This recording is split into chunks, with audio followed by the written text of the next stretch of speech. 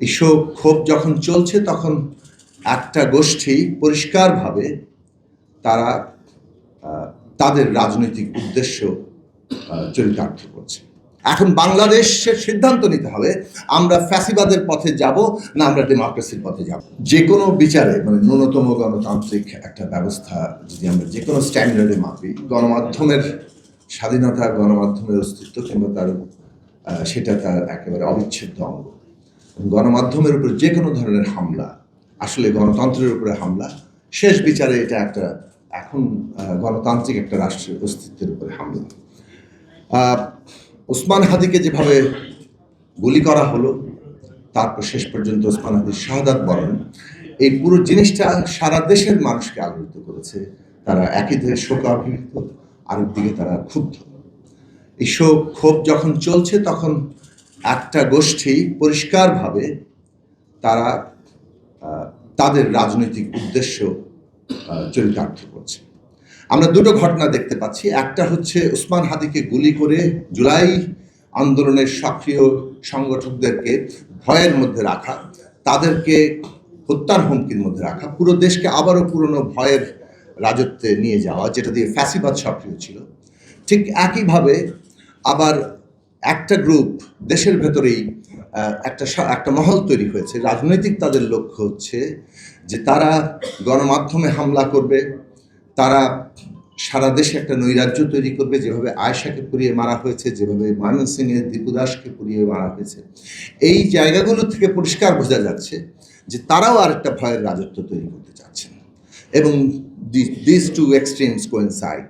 আমরা দুটো চরমপন্থাকে আবারও এক বিন্দুতে মিলতে দেখেছি। একটা ফ্যাসিবাদকে আমরা পরাজিত করেছি, মানে বলতে পারা যায় যে তার সরকারের পতন ঘটেছে, কিন্তু ব্যবস্থা এখনো বদলায়নি।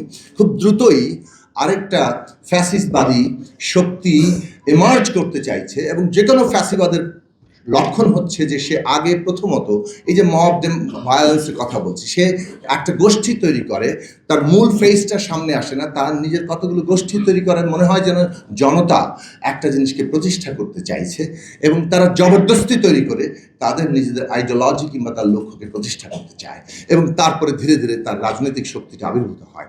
এখন বাংলাদেশের সিদ্ধান্ত নিতে হবে, আমরা ফ্যাসিবাদের পথে যাব না আমরা ডেমোক্রেসির পথে যাব। জুলাই গণঅভ্যুত্থানের পরিষ্কার রাজনৈতিক এবং তার সমস্ত মানে লক্ষ্য, যেটা সর্বান্তকরণে প্রকাশিত হয়েছে শহীদের রক্তের মধ্য দিয়ে, সমস্ত আহত যোদ্ধাদের মধ্য দিয়ে, সমস্ত অংশগ্রহণকারীর মধ্য দিয়ে, বাংলাদেশ একটা গণতান্ত্রিক রাজনৈতিক ব্যবস্থা প্রতিষ্ঠা করবে।